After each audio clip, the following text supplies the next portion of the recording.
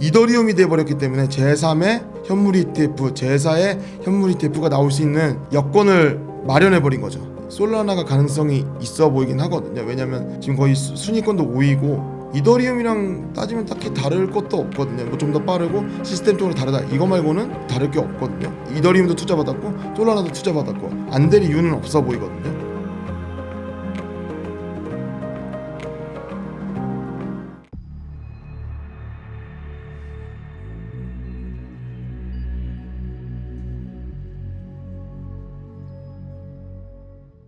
예상을 전혀 못했죠. 왜냐면 그 예상을 했으면 속된 말로 자 팬티까지 팔아서 다 끌어모아서 샀어야죠. 그렇기 때문에 예상 못했기 때문에 그냥 안 산 거거든요. 못 산 거죠. 네. 이미 호재가 나오면은 호재가 해소된 거죠. 원래 뜬 소문에 사서 호재 때 파는 게 암호화폐에서는 좀 그렇게 하시거든요. 그래서 이미 소문이 나면은 모두가 아는데 나도 알고 너도 알면은 끝인 거죠. 그래서 한번 그렇게 기회 한번 놓치게 되는 거죠. 그 이후에는 사게 되면은 한번 좀 정비되고 또 새로운 호재가 나올 준비가 되면 그런 가능성이 있겠죠. 네, 그게 좀 애매한 게 이더리움 현물 ETF가 승인돼서 그럼 증권성 시비가 해결됐나? 이런 관점은 좀 애매한 포지션이거든요. 왜냐면 비트코인은 창시자도 없고 투자도 안 받았고 스테이킹도 안 하잖아요. 근데 이더리움은 ICO를 하면서 비트코인을 투자 자금으로 받았고 비탈릭 부텔이라는 그 창시자가 있고 현재 존재하고 그리고 스테이킹이라는 이자를 주는 시스템을 하고 있거든요. 그렇기 때문에 SEC가 그런 관점에서 계속 증권성 시비를 보고 있었던 거였거든요. 그런데 이 현물 ETF를 자세히 들여다보면은 예를 들어 아크 인베스트먼트나 이런 현물 ETF를 발행하는 기관들의 내용을 보면은 스테이킹은 안 하겠다고 하거든요. 한마디로 내가 너네들 자금을 받아서 이더리움은 사지만 이더리움에서 제일 중요한 POS에서 제일 중요한 스테이킹 이자는 안 받을 거야, 안 넣을 거야, 너네 이자는 못 받아 이렇게 해버린 거거든요. 근데 그렇게 한 이유는 아마 그걸 거예요. 크라켄이라는 암호화폐 거래소가 있는데 그 거래소는 스테이킹 서비스를 하고 있었거든요. 그런데 그것 때문에 SEC가 그거에 대해 딴지를 거니까 결국에는 한 3천만 달러에 대한 비용을 지불하고 스테이킹을 철회했거든요. 그래서 ETF의 내용에는 현물 ETF 내용에는 스테이킹이 빠져버린 거고, 근데 중요한 거는 현물 ETF에 스테이킹이 빠진 거지 이더리움 자체는 스테이킹을 하고 있거든요. 이더리움이라는 주체 자체는. 그렇기 때문에 이 스테이킹이 있고 투자받은 기록이 있는 한 SEC의 판단이 어떻게 될지 모르겠는데 SEC의 원래 포지션으로는 증권성 시비에 벗어나기 어렵죠. 좀 모순되는 거죠. ETF랑 좀 따로 노는 느낌도 있죠. 충분히 가능하다고 보거든요. 예를 들어 비트코인은 이 암호화폐계에서 너무 절대적인 거였어요. 이 투자도 받지 않았고 SEC가 말하는 그런 증권성 시비에 걸리는 그런 조건이 없었거든요. 그래서 시기의 문제였지 현물 ETF는 언젠가 되는 거였거든요. 그런데 이더리움은 그게 아니었거든요. 투자도 받았고 스테이킹까지 하고 있네? 이러면은 증권성 시비에 때문에 당연히 현물 ETF가 안 될 거라 생각한 건데 이더리움이 돼버렸기 때문에 제3의 현물 ETF, 제4의 현물 ETF, 제5의 현물 ETF가 나올 수 있는 여건을 마련해버린 거죠. 일단은 순위권 50위권 안에 있는 암호화폐들은 이더리움도 했네? 나도 할 수 있겠는 걸 다 지금 이런 생각을 가지고 있을 거예요. 그런데 상대적으로 뭐 시가총액이 높은 솔라나가 가능성이 있어 보이긴 하거든요. 왜냐면 지금 거의 순위권도 5위고 이더리움이랑 따지면 딱히 다를 것도 없거든요. 뭐 좀 더 빠르고 시스템적으로 다르다 이거 말고는 이더리움이랑 비교해서도 다를 게 없거든요. 이더리움도 투자받았고 솔라나도 투자받았고 안 될 이유는 없어 보이거든요. 그런 거죠. 솔라나도 될 가능성도 있죠. BNB도 될 가능성도 있다 생각했는데 BNB는 아무래도 바이낸스 거래소에서 직접적으로 하는 거다 보니까 좀 걸릴 게 많아서 못 될 것 같은데 솔라나는 가능하지 않을까? 그냥 막연하게 그런 생각은 하고 있어요. 네.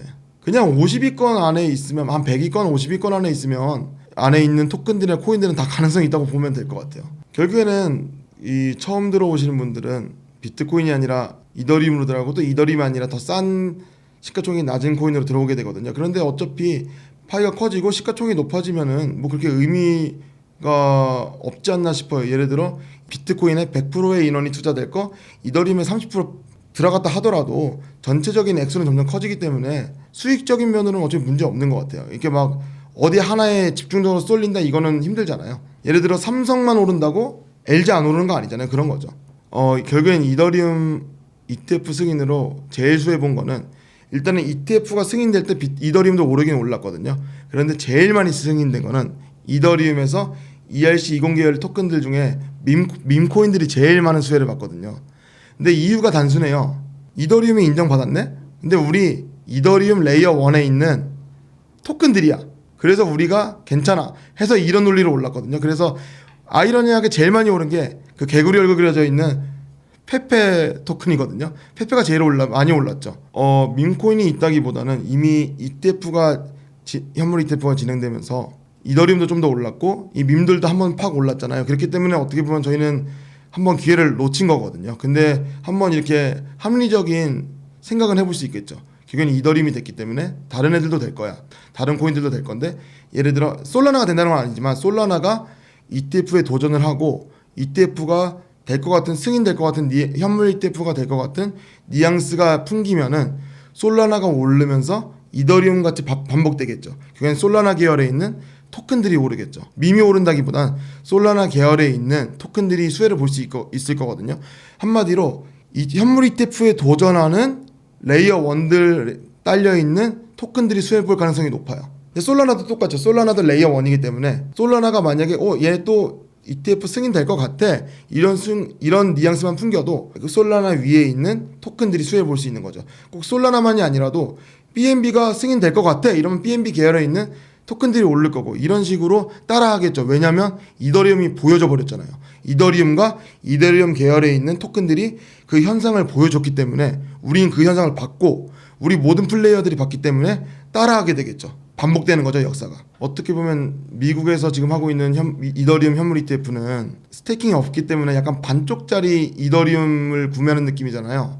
근데 진짜 홍콩에서 진짜 스테이킹 이자까지 받게 해주겠다 이러면은 충분히 큰 수요가 있을 수도 있고 또 그 홍콩에 있는 ETF를 많이 삼으로써 이더리움 가격이 오르는 데에는 긍정적인 영향이 있을 것 같아요. 왜냐하면 지금 그런 말들이 많거든요. 까봐야 알지만 미국에 있는 이더리움 현물 ETF들은 결국엔 스테이킹이 없기 때문에 그거 수요가 있겠냐? 그냥 그거 누가 사냐? 그냥 이더리움 사서 하지. 그냥 내가 직접 사서 스테이킹하고 말지 이런 분위기가 있기 때문에 홍콩에서 그렇게 진짜로 승인한다면 재밌는 현상이 일어날 수도 있을 것 같아요. 많은 물량이 홍콩으로 쏠릴 수도 있을 것 같아요. 비트코인 현물 ETF나 이더리움 현물 ETF도 결국에는 비트코인이나 이더리움이 그래도 어느 정도 영향력이 있기 때문에 미국이 먼저 품으려고 한 거잖아요. 그런 관점도 있거든요. 그런데 만약에 지금 솔라나나 다른 알트코인을 미국이 어느 정도의 관심도로 보는지 모르겠지만 이것도 우리 미국 국민들, 우리 미국 기업들이 많이 품고 있는 코인이기 때문에 코인들이기 때문에 이 홍콩에 뺏길 수 없어 하면은 자기들도 또 그렇게 ETF를 다시 승인해 줄 수는 있을 것 같아요. 왜냐하면 결국에는 물량 뺏기 싸움이잖아요. 그랬기 때문에 꽁으로 그냥 속된 말로 꽁으로 현물 ETF를 함으로써 홍콩이 다 가져가는 거를 미국이 두고 보진 않을 것 같거든요. 왜냐하면 홍콩이 좀 중국에서 좀 자유롭다 하더라도 결국엔 중국 거잖아요. 결국엔 중국에 병합이 됐기 때문에 미국 입장에서는 껄끄럽겠죠. 이건 제일 중요한 건데 현금이 있어야 돼요. 이게 진짜 너무 뻔하고 뭐 현금이 있어 이런 소리 하겠지만 진짜 현금이 있어야 되거든요. 왜냐면 내가 A라는 코인이나 A라는 토큰이 너무 유망해가지고 내가 있는 돈의 가용 범위에 거의 90% 100%를 넣었는데 나중에 두세 달 지나가지고 B라는 너무 유망한 게 나와버린 거예요. 근데 사고 싶잖아요. 그럼 사려면 A라는 코인에서 빼서 사면 되긴 하지만 근데 A라는 코인이 그 두세 달간 떨어졌으면은 떨어진 상태에서 손해를 보고 사야 되는 거잖아요. 결국에는 손해를 본 거죠. 차라리 A라는 코인에 적당히 넣어놓고 새로운 기회를 보고 기다리면서 이 현금을 들고 있다가 B라는 코인이 나왔을 때 투자를 했으면 너무 좋았겠죠. 그러니까 현금은 항상 강조해도 부족하지 않은 것 같아요. 저 같은 경우에는 지금 저면은 한 4분의 1씩 나눌 것 같거든요. 4분의 1 비트코인 가져가고 4분의 1 비트모비 가져가고 4분의 1 현금 가져가고 또 4분의 1은 알트코인인데 알트코인 중에 요즘에 민코인 투자하고 싶거든요. 그러니까 그 민코인에 투자하는 이유는 4분의 1이 민코인인 이유는 그 무가치한 게 가치를 만드는 현상이 너무 재밌거든요. 그 커뮤니티가 노는 모습도 재밌고 물론 스캠이나 팔고 나가는 러그풀이나 이런 것도 심하지만 그 현상이 생기는 게 너무 재밌어요. 그래서 그거 지켜보려고 투자할 것 같아요. 제일 중요한 거는 덱스에 많이 있거든요. 왜냐면 민코인들이 원래 장난으로 만든 거기 때문에 정상적인 거래소에 상장을 초반에 할 수가 없어요. 왜냐면 투자를 받은 것도 아니고 내가 그냥 좀 코딩할 줄 알아서 만든 다음에 덱스에는 자유롭게 예치할 수 있기 때문에 내 코인 걸어서 예치해서 올리는 거거든요. 그러면 그걸 보고 관심 있는 분들이 사서 들어왔다가 텔레그램 같은데 뭐 디스코드 같은데 모여서 떠들다가 왁자지껄하면서 가격이 형성되는 거기 때문에 덱스를 잘 찾아봐야죠. 그러니까 덱스도 잘 봐야 되고 오히려 좀 트위터에서 홍보하는 경향이 있어가지고 트위터 같은 것도 좀 봐야 되고 그런데 스캠이 너무 많긴 하죠. 왜냐하면 덱스라는 데는 자유롭게 올릴 수 있기 때문에 자유롭게 먹고 나가도 할 말이 없죠. 애초에 그 밈코인들을 로드맵을 보면은 장난으로 만든 거예요, 아무것도 아닌 거예요 이렇게 써놨기 때문에 먹고 튀어도 할 말이 없죠. 밈코인 같은 경우에는 절대 스캠 못 거르는 것 같고요. 그냥 넣으면은 날릴 거다라는 생각으로 하신 게 맞고, 왜냐면 수많은 밈코인들이 많았지만 결국에는 메이저가 된 거는 도지나 뭐 시바이누나 페페나 이런 거밖에 없거든요. 거의 없어요. 거의 없다고 보면 되고, 그렇기 때문에 거를 수는 없고, 굳이 따지면 내가 부담 안 드는 선에서 투자하는 방법밖에 없는 거죠. 저도 영원히 된다는 각오로 투자하는 거거든요. 그런 덱스에 있는 코인들은, 토큰들은. 커뮤니티는 결국에는 그 텔레그램이나 디스코드를 운영하긴 하는데 거기 보면은 되게 단단한 커뮤니티들이 많아요. 자기네들이 자발적으로 자기들이 유튜브에 올리고 트위터에 올리고 영상 만들고 그림 만들고 홍보하고 스스로 하거든요. 돈을 받는 것도 아닌데. 문제는 그 커뮤니티가 탄탄하다 하더라도 그 코인을 만든 사람이 검증됐냐는 별개거든요. 열심히 만들어서 가격 올리고 있는데 진짜 페페나 시바이누나 도지같이 되고 있는데 개발자가 나 이거 지금 털면 100억 벌 수 있겠네 하고 다 털고 나가버리면 우리가 만든 커뮤니티는 무너지는 거거든요. 그러니까 이 창시자도 잘 만나는 것도 운이에요.